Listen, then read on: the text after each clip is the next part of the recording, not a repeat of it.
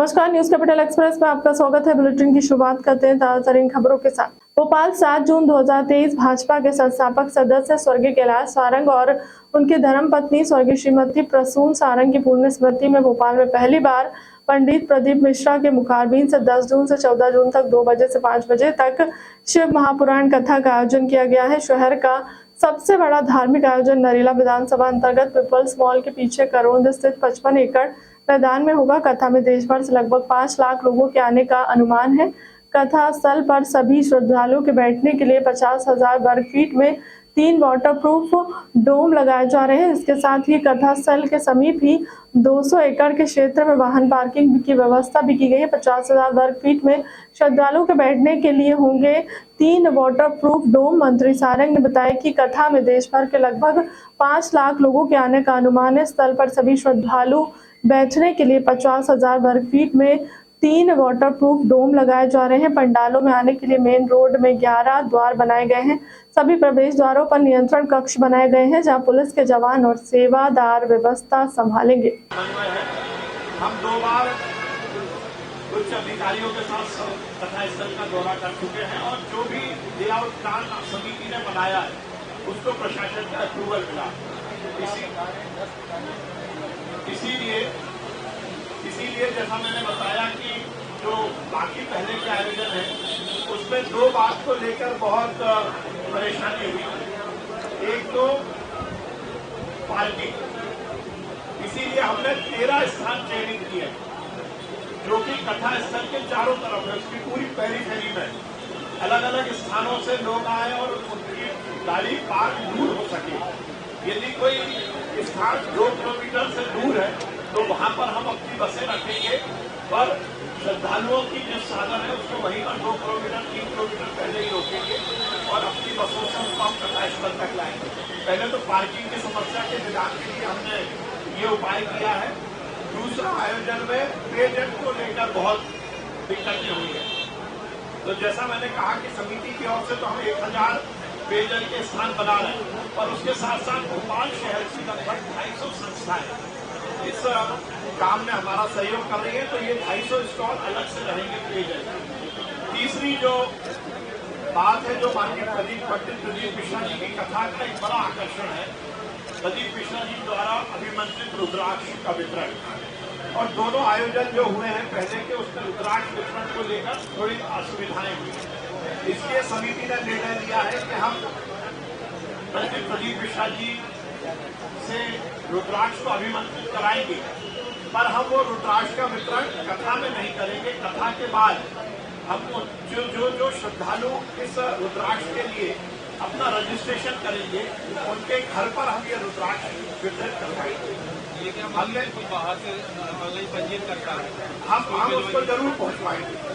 हम उसको कोरियर से या डाक से पहुंचाएंगे और भोपाल के जो श्रद्धालु इसमें पंजीयन करेंगे उनको समिति के सदस्य स्वयं घर जाकर कथा के बाद लगभग 1 हफ्ते बाद हम उनको ये रुद्राक्ष उनके घर पर भी उपलब्ध कराएंगे। हम कॉल भी दिया है और QR कोड के माध्यम से रुद्राक्ष का हम रजिस्ट्रेशन करवाएंगे।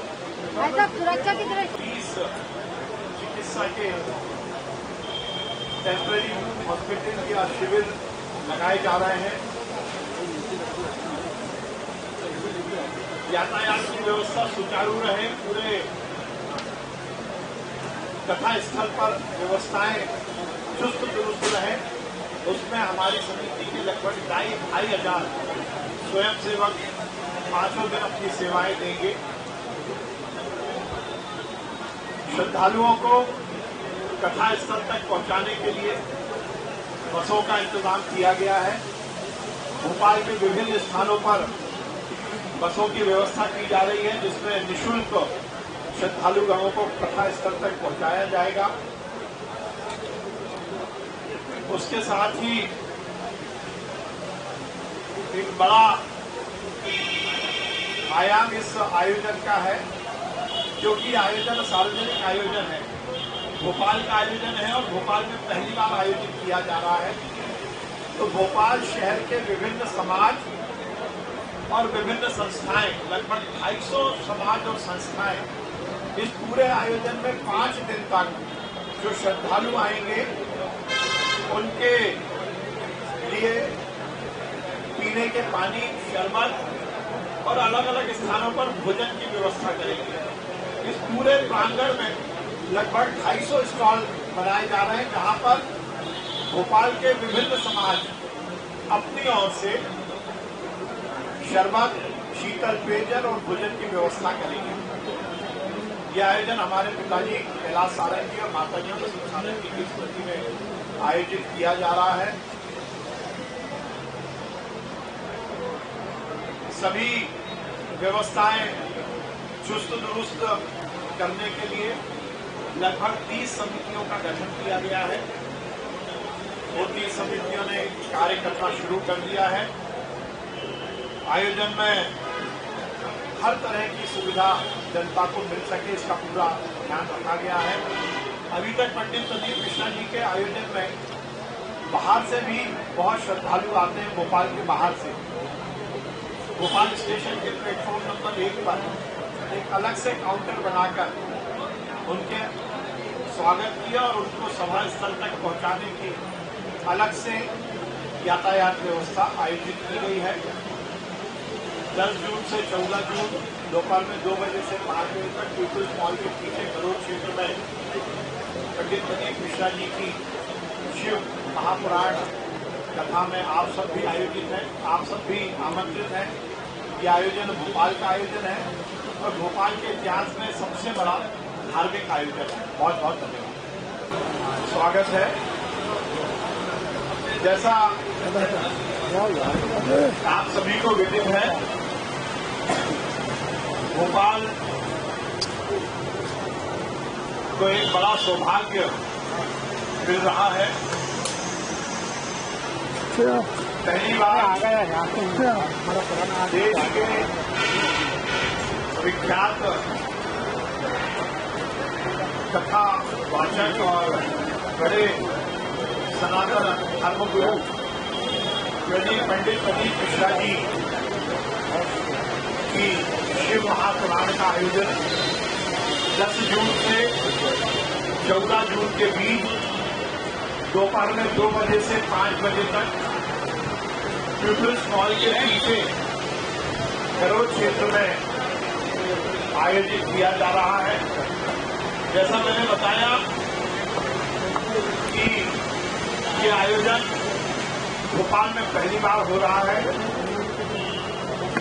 पंडित प्रदीप मिश्रा जी के आयोजन देश में और विदेश में भी अनेक स्थान पर होते आए हैं।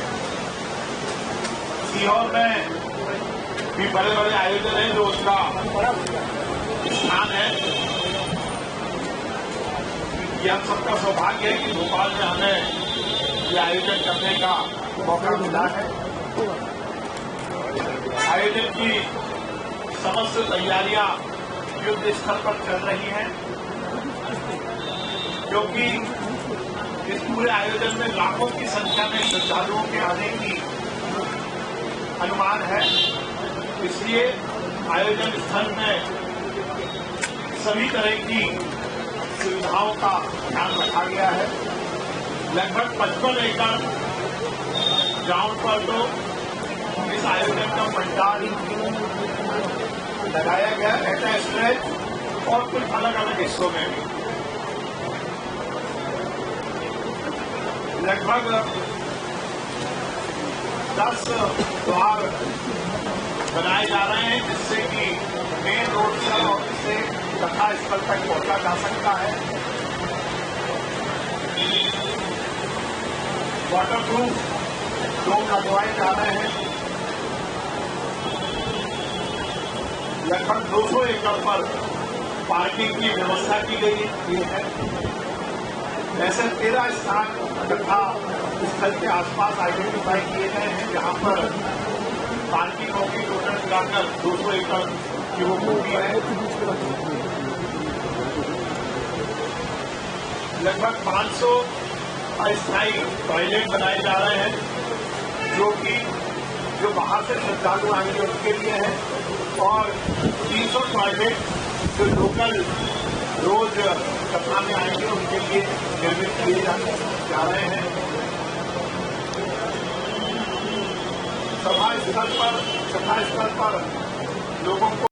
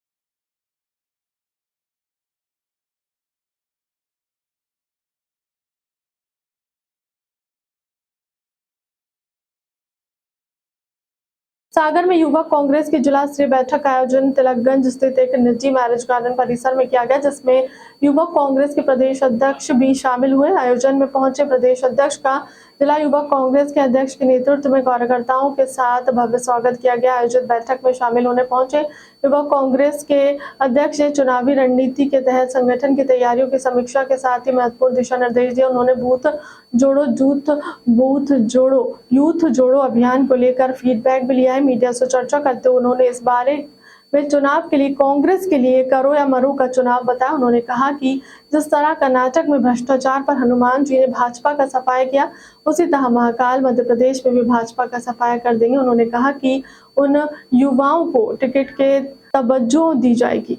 हुआ था या विवाद होने की आशंका है, उनको पहले इलेक्शन कमीशन को अवगत करवाया जाए ताकि वहां पुलिस बल मौजूद रहे। और ये जो बूथ कैप्चरिंग ये सब होता है तभी हो पाता है जब बूथ पर आपका कार्यकर्ता बैठता नहीं है। आज मैं आपको 133 विधानसभाओं में हमारे पूरे बीएलए कंप्लीट हो गए, इसलिए बता पा रहा हूं क्योंकि हमने जमीन पर काम करा है और हमें पूरी उम्मीद है कि हम जब बूथ कैप्चरिंग की बात आएगी तो इस तरह का इस बार नहीं होने देंगे, क्योंकि उसमें लीगल टीम भी पूरी मुस्तैद है और ऐसे बूथों को पहले चिन्हित करके बता दिया जाएगा कि इन पर हमको अतिरिक्त सुरक्षा बल की जरूरत है। तो ये जो उनके मुनसिब है उसमें ये सफल नहीं हो पाएंगे। मध्य प्रदेश साफ करना चाहूंगा, पूरे देश का आदिवासी कांग्रेस के साथ आ रहा है, क्योंकि पिछली बार भटके थे, पिछली बार कुछ ऐसा हुआ था कि आपस में वोट बन गए थे, पर कर्नाटका में हम सबसे ज्यादा प्रतिशत अगर सीटों का जीते तो आदिवासी सीटों का जीते हैं, क्लियर मेजॉरिटी में।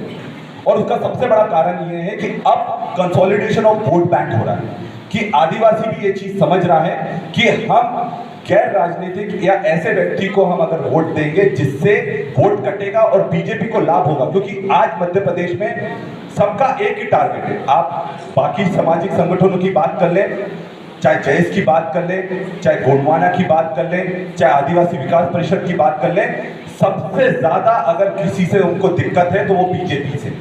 और जिस तरह से सब कर्मचारियों को प्रताड़ित करा जा रहा है, ट्रांसफर करा जा रहा है, अभी मेरे सामने 2 जेएस के कार्यकर्ता थे जिनका ट्रांसफर कर दिया गया और उसमें उनका समर्थन करने में सब लोग आए, कांग्रेस के भी लोग थे। हमारा कोई दुश्मन नहीं है, सिर्फ एक दुश्मन है, उसका नाम है भाजपा। और सब लोग एकजुट होकर एक साथ आएंगे और बीजेपी के खिलाफ लड़ेंगे। इस पर बहुत जबरदस्त काम हो रहा है, आने वाले में समय में इसको आप पर रिजल्ट भी दिखेगी, जबरदस्त फायदा होगा। पर मैं बता रहा हूं, बीजेपी की सबसे बड़ी गलती साबित हुई और जिस तरह से हनुमान जी ने साफ कर दिया कि वो कर्नाटका में किसके साथ हैं, वैसे ही मध्य प्रदेश में महाकाल भी साफ कर देंगे, क्योंकि बीजेपी ने जिस तरह से महाकाल लोक में जबरदस्त भ्रष्टाचार और सबकी भावनाएं आए हुई। अगर मैं एक हिंदू हूं, मेरी भी भावना आए तो ये कि धार्मिक कार्यों में जब 800 करोड़ महाकाल लोक को तैयारी करने के लिए दिए थे और 300 करोड़ कमलनाथ जी ने दिए थे, उसमें भी भ्रष्टाचार कर इन्होंने 50 से 60% कमीशन ले लिया। कर्नाटका में तो 40% कमीशन की सरकार थी, यहाँ तो 50% कमीशन चल रहा है। और ये बहुत दुख की बात है कि आस्था को ये चुनावी हथकंडा मानते थे पर उसमें भी भ्रष्टाचार कर रहे हैं। और आपको बता दूं, ये बात इतनी दूर 3 दिन पहले की बात बता रहा हूं, आप विश्वास नहीं करेंगे। कश्मीर के एक दोस्त का मेरे पास फोन आया, उसने बोला कि ये जो महाकाल लोक में हुआ है ये सत्य है कि नहीं, क्योंकि आजकल क्या होता है, फेक न्यूज इतनी चल जाती है कि लोग क्रॉस चेक करना चाहते हैं कि ऐसा हुआ है कि नहीं हुआ। क्योंकि मेरा मित्र था, मैंने उसको बताया ऐसा हुआ है और 50% से ज्यादा कमीशन उसमें लिया है। तो आप सोचिए कि पूरे देश में एक जबरदस्त नाराजगी है बीजेपी के खिलाफ। और आज मैं क्यों बोल रहा हूं कि जनता बीजेपी के खिलाफ लड़ रही है, क्योंकि बीजेपी ने उनका विश्वास तोड़ा है, बीजेपी ने उनको आस्था को चोट पहुंचाई है। और इसका जो सबूत है आने वाले दिनों में चुनाव में आपको बखूबी मिल जाएगा। पौधारोपण के बाद फोटो सेशन और वाहवाही लूटने की खबरें बहुत सामने आती है, लेकिन वे पौधे पेड़ बनते हैं या नहीं इसका ठिकाना नहीं होता। लेकिन कुछ ऐसे पर्यावरण ऐसे भी हैं जो काम को प्राचीन करने की बजाय हकीकत में अमली जामा पहना रहे हैं। बात मध्य प्रदेश के भोपाल जिले हिनोतिया जागीर की है, जहां पर सागौन के पेड़ का एक जंगल बना दिया है। इस काम में 40 साल की मेहनत है और ये कर दिखाया है समाज सेवी और पर्यावरण प्रेमी उमर खान ने। वह पिछले 40 साल से पेड़ों का संरक्षण कर रहे हैं। अब तक वह 12,000 सागौन के पेड़ लगा चुके हैं। सरकार की ओर से उनको कोई मदद नहीं मिली है। हिनोतिया गांव में करीब 10 एकड़ जमीन में सागौन के पेड़ों का जंगल है। वन माफिया भी यहां सक्रिय है, हजारों पेड़ों की कटाई भी करके ले गए। आपने 2 चीज़ों को ज़्यादा जोर दिया, एक तो पर्यावरण पर और दूसरा खेल। तो पर्यावरण पर आपने काफ़ी अच्छा संरक्षण कर दिया जी। अब खेलों के प्रति आपका क्या नहीं, वो खेलों के प्रति तो मैं बाद में बात करूंगा। पहले तो मैं आपको बताता हूँ, ये वृक्ष वगैरह जो मैंने लगाए हैं, आज ये मैंने 85 में सऊदी अरब से वापस आए तो उसके बाद से प्लांटेशन किया। और इसको फिर आपके विल्फ्रेड लकड़ा कमिश्नर साहब थे, उन्होंने इसे काउंट कराया तो उसका पंचनामा बना के 15,000 वृक्ष आपने लगाए, जिसमें 12,000 तो सागौन के पेड़ हैं। वो मैंने पाल पोस के आज इतने बड़े कर दिए आपके लिए, जिसमें मैंने 40 साल की मेरी मेहनत है और कम से कम 10-20 लाख रुपए मैं अपनी जेब से खर्च कर चुका। मेरा कहना ये है, मुझे 97 के अंदर जब शिव नेतान जी फॉरेस्ट मिनिस्टर थे और पूरा PCCF, CCCF, DFO सब यहाँ पर आए, सब ने आकर मुझे सम्मानित करा और उन्होंने ये कहा कि ये आज की तारीख में 1 करोड़ की संपत्ति है और हमारा वन विभाग ये काम नहीं कर सकता जो आपने अकेले दम से काम कर दिया है। तो मैंने वहाँ पे सर ये बोला उनसे, मैंने कहा साहब 1 करोड़ की संपत्ति मैं सरकार को दान करता हूँ, मुझे एक पेड़ नहीं चाहिए, पैसा नहीं चाहिए। मैं अब आप लोगों से ये निवेदन करता हूँ कि इसका आप अब देख रेख रखवाली आप कर लो, क्योंकि यहाँ पे लोग पेड़ काटते हैं, माफिया वाला के पेड़ काटते हैं। और मैं मना करता हूँ, मैंने 4 इंग्लिश ब्रीड के कुत्ते पाल रखे थे, 2 गार्ड छोड़ रखे थे उनकी रखवाली करने के लिए। तो अब ये मेरे बस की नहीं है। पूरे गांव वाले मेरी हरिजन कल्याण केंद्र में कहाँ मेरी रिपोर्टें करते रहते हैं, मैं परेशान आ गया हूँ। तो भाई साहब इसकी रखवाली कर लीजिए, खाली मुझे और कुछ नहीं चाहिए। उनका हाँ हम रखवाली करते। मैंने कहा एक आप फॉरेस्ट गार्ड छोड़ दीजिए, यहाँ से वहाँ तक फेंसिंग करा दीजिए, मेरी वो हो जाए। नहीं हम सब कराएंगे सब कराएंगे। सर ये कहते हुए मुझे बड़ा होता है, आज इतने साल के बाद जो मैंने 12,000 सागौन के पेड़ थे, आप काउंट करिए जाके, हार्डली अब 1,000-2,000 पेड़ बचे होंगे, 10,000 पेड़ कर। कितने एकड़ में थे सर ये? साहब ये तकरीबन 10 एकड़ की जाओ। ये चक्कर क्या है, ये रेवेन्यू का पहाड़ है, ये इससे लगा मेरा पूरा खेत है। मैंने यहाँ पे प्लांटेशन कर दिया। जब प्लांटेशन कर दिया, मैंने सिर्फ हरियाली के लिए और इन्वायरमेंट अच्छा रहे, पर्यावरण के लिए, ग्रीनरी रहे, इसके लिए मैंने काम किया। लोगों को पसंद नहीं है, अब मैं क्या करूँ? मैंने बोल दिया सरकार। पर्यावरण दिवस के एक दिवस बाद आज यहाँ पर हिन्नोतिया जागीर के अंदर वृक्षारोपण का और पर्यावरण जागरूकता के संबंध में आज यहाँ पर ग्रामवासी आज फार्म हाउस पे एकत्र हुए हैं।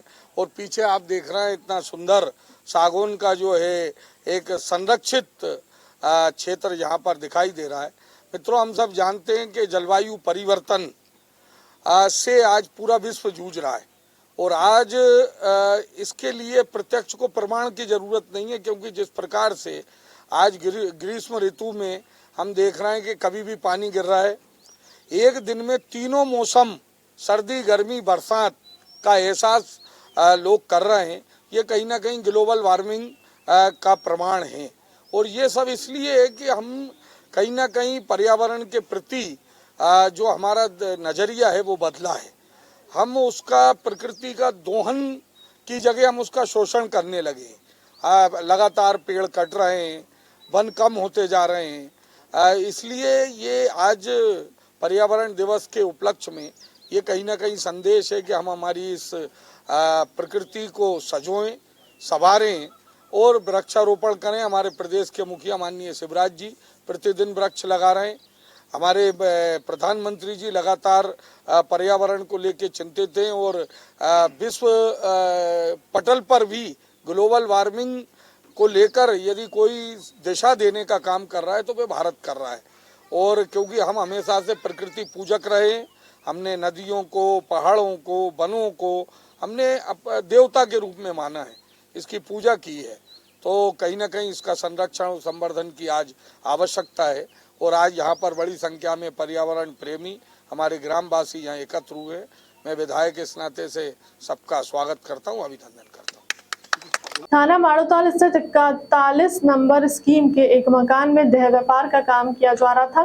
पुलिस ने मौके पर पहुंचकर जब छापा मारा तो वहां युवतियां और कई पुरुष मिले। इसके साथ ही मकान के कमरे में देह व्यापार में संबंधित वस्तुएं बरामद हुई। पूरे मामले की जानकारी देते हुए मौके पर मौजूद डीएसपी तुषार सिंह ने बताया कि पुलिस को सूचना मिली थी कि 41 नंबर माड़ोताल में एक मकान में अनैतिक गतिविधियां चल रही हैं। पुलिस में छापामार कार्रवाई कर लोगों को अभिरक्षा मिली है, जिससे पूछताछ की जा रही है। जानकारी के अनुसार यह देह व्यापार से संबंधित गतिविधियां इस किराए के मकान को लेकर चलाई जा रही हैं। डीएसपी तुषार सिंह के अनुसार पकड़े गए पुरुषों में कई बाहर के रहने वाले हैं। फिलहाल पुलिस पूछताछ में जुटी हुई है।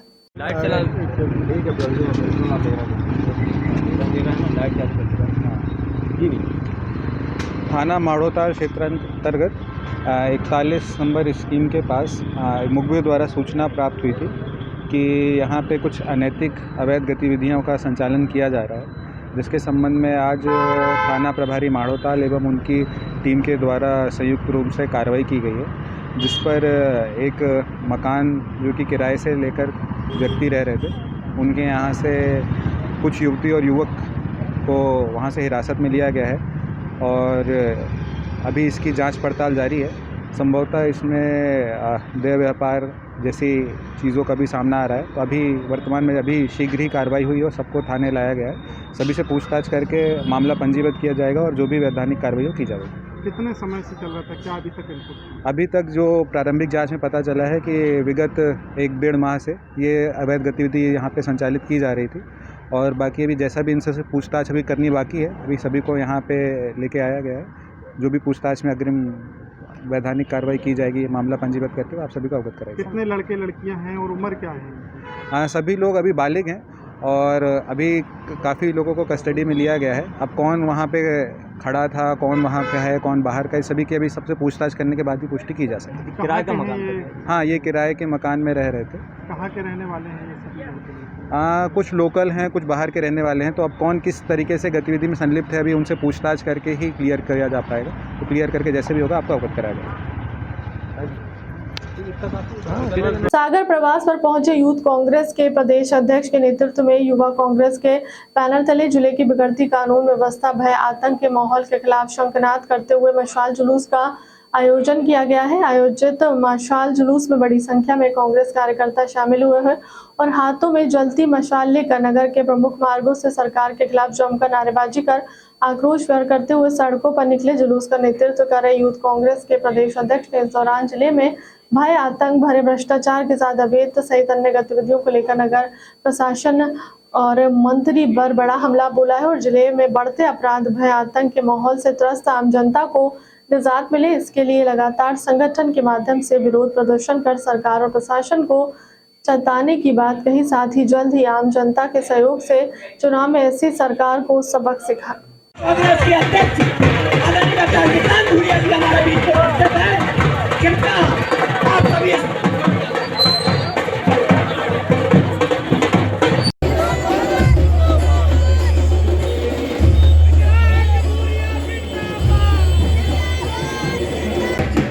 आदरणीय डॉक्टर किसान भूरिया जी हमारे बीच में उपस्थित हैं। कृपया आप सभी